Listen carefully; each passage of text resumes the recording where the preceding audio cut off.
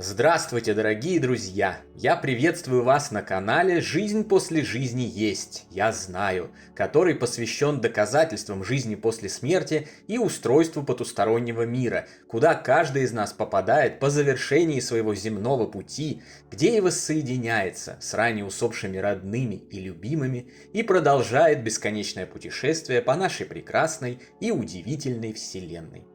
Ваши вопросы вы можете задать мне после лекции в нашей приватной группе в Телеграме. Ссылка в описании, а пока начнем.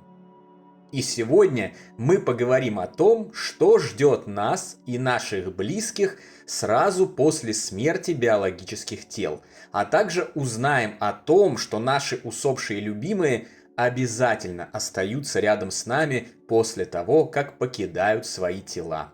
Приступим. Как уже было сказано ранее в одной из предыдущих лекций, расставание умершего человека с телом во время его смерти – это не одномоментный процесс. Бессмертный дух, оперировавший в теле при жизни, разъединяется с биологической оболочкой какое-то разное для всех время, усредненно составляющее от 1 суток до 3. Несмотря на то, что оболочка в это время кажется безжизненной, это не совсем так. Остатки жизненной силы в ней еще есть, а дух, выражаясь простыми словами, остается рядом со своим бывшим телом и своими близкими людьми. Конкретное место при этом значения не имеет. Это может быть дом или квартира, морг или любое другое место. Дух может попасть в любое место земного мира по одному лишь мысленному сосредоточению. Чем-то это напоминает сон. Во время сна мы тоже выходим из тела и путешествуем по потусторонним мирам, своим собственным и коллективным. Но все это время мы остаемся связаны с духом посредством так называемой серебряной нити. Друзья, в эти непростые времена, чтобы выжить, нашему проекту нужна ваша поддержка. Если вам нравится, а быть может и помогает наша работа, поддержите нас донатом по ссылкам в описании или становитесь спонсорами канала по кнопке под любым видео. Благодаря вашей поддержке мы издаем наши книги, а распространяемые нами знания, помогающие горюющим, остаются бесплатными для всех. Большое вам спасибо, ну а теперь вернемся к лекции. Серебряная нить – это нечто наподобие разветвленного и невидимого физическим глазам кабеля, который соединяет дух и тело, питает тело жизненной силой духа и проводит туда-обратно все необходимые для оперирования духа в земном мире сигналы. Пока биологическая оболочка жива, этот кабель прочно соединен с нею, и во время выходов духа из тела может растягиваться почти до бесконечности, позволяя духу путешествовать и в пространстве, и во времени, и между измерениями, так, как ему заблагорассудится. Когда тело окончательно умирает, этот кабель рвется, связь с телом разрывается, и дух становится полностью свободен от своей бывшей оболочки, получая возможность уйти в духовные области Вселенной, воссоединиться со своими ранее усопшими родными и продолжить жизнь уже в другой своей форме. Вот этот процесс и занимает несколько дней. В эти первые дни после смерти духу довольно легко доступны оба мира – земной и потусторонний. Ограниченным образом он может взаимодействовать с ними обоими. Именно с этим связано то, что интенсивность посланий и знаков от умерших, намекающих на то, что они не умерли и у них все в порядке, наиболее высока в первые часы и дни с момента их ухода. Статистически подтверждено, что родные и близкие отшедших именно в первые дни становились свидетелями невероятных паранормальных проявлений и получали ту или иную информацию от своих умерших родных. Именно в первые дни больше всего прилетают всевозможные бабочки, птицы, появляются отпечатки на запотевших окнах и зеркалах, звучат голоса, слышатся звуки дыхания и шаги в пустых квартирах, снятся сны со встречами и происходят прочие удивительные события, в которые горюющему человеку очень сложно поверить. Чаще всего окружающие, друзья и родственники убеждают его, что все это самообман и галлюцинации на почве горя. Нужно срочно забыть о них, чтобы не сойти с ума. И он поддается этим глупым, невежественным утверждениям. Тем не менее, оттого паранормальные явления не становятся нереальными. Я сам стал надежным свидетелем этих прекрасных проявлений, многие из которых зафиксировал документально и подробно изложил в нашей первой книге «Жизнь после жизни есть, я знаю. Путешествие скептиков в потусторонний мир» и нашем одноименном телеграм-канале. Нет никаких сомнений.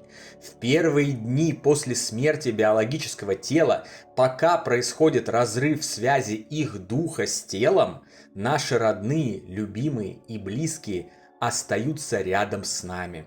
Наиболее близко к нам, стремясь передать нам, что с ними все в порядке, и утешить наше горе. Но чтобы хорошо увидеть это и считать, нужно знать, куда смотреть, а также верить в то, что происходящее реально, не поддаваясь крутящимся вокруг невеждам, желающим обесценить эти замечательные процессы и рассказать вам бредни о галлюцинациях. В норме дух остается рядом с телом несколько земных дней, а затем отправляется дальше. Связи со своими любимыми он при этом не теряет, но она закономерно снижает свою интенсивность. Все возможности для продолжения общения и регулярных встреч, например, во снах или другими способами, остаются. Любимые и любящие никогда не забывают друг друга, и даже смерть не становится препятствием для их воссоединения.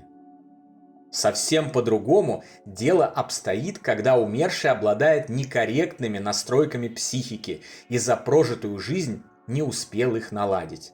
Он намертво привязан к материальной реальности и своему телу, отрицает мир духа, переполнен негативными эмоциями, страхами, злобой, зависимостями, непроработанными обидами, эгоизмом, жалостью к себе и ненавистью. В этих печальных случаях умерший остается рядом с телом гораздо дольше, чем несколько дней, иногда на годы, десятилетия и даже века. Он не понимает, что тело уже умерло, и он свободен от материального мира. Он уверенно полагает себя не духом, а именно телом, потому и не может ничего осознать. Он может считать, что его жизнь продолжается, а он просто видит не вполне приятный сон. Многие умершие таким образом, по такому же механизму, как и во снах, выстраивают вокруг себя иллюзорную реальность привычной жизни и могут продолжать ходить в ней на работу, в магазины, ссориться с мужьями или женами, даже не догадываясь, что все это нереально. С этим же связаны и многочисленные свидетельства живущих о встречах со своими умершими родными во снах, в ходе которых те жалуются на то, что им не понравился надгробный памятник и требуют его заменить, или то, что им неудобно лежится в могиле, их не устраивает одежда, обувь, искусственные цветы и прочие ритуальные элементы. Зачастую такие бедолаги, застрявшие близко к земле, становятся причиной того, что живущим известно как явление призраков на могилах, в заброшенных домах и прочих неупокоенных, а также любых других местах и ситуациях. Застрявший между мирами дух невольно материализует свой образ, а люди видят его и страшно пугаются. Страхов в этом случае добавляют еще и разнообразные фильмы и книги ужасов, которыми перегружено человечество. На самом же деле призраки безвредны. Это глубоко несчастные люди, не понимающие, что они уже умерли, и нуждающиеся в срочной помощи компетентных в таких вопросах специалистов.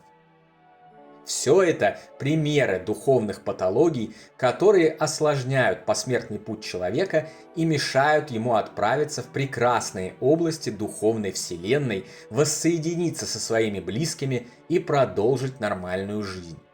Вот почему столь важно на протяжении всей материальной жизни пестовать свой дух, возвышать его, наполнять его любовью, добром и светом, знаниями и опытом, отвергая вредные и низменные эмоции обид, зла и эгоизма. Это напрямую влияет на меру благополучия дальнейшего нашего пути, когда земной отрезок бытия подойдет к концу. По истечении нескольких дней от смерти тела умершего человека ждет следующий важный этап его посмертного пути – похороны. Впрочем, об этом мы подробно поговорим на своем месте, в одной из следующих лекций. Подписывайтесь на наш канал, жмите колокольчик, чтобы не пропустить этот интереснейший разговор. Ну а на сегодня это все, дорогие друзья. Дополнительную интересную и полезную информацию за пределами лекций, ответы на ваши вопросы о жизни после смерти и наш приватный чат, в котором я бываю регулярно, вы найдете в нашем телеграм-канале. Ссылка на него, как всегда, в описании видео и на экране. Добро пожаловать! Встречаемся на следующей лекции здесь же, на нашем канале. А пока всего вам самого лучшего, волшебного и замечательного.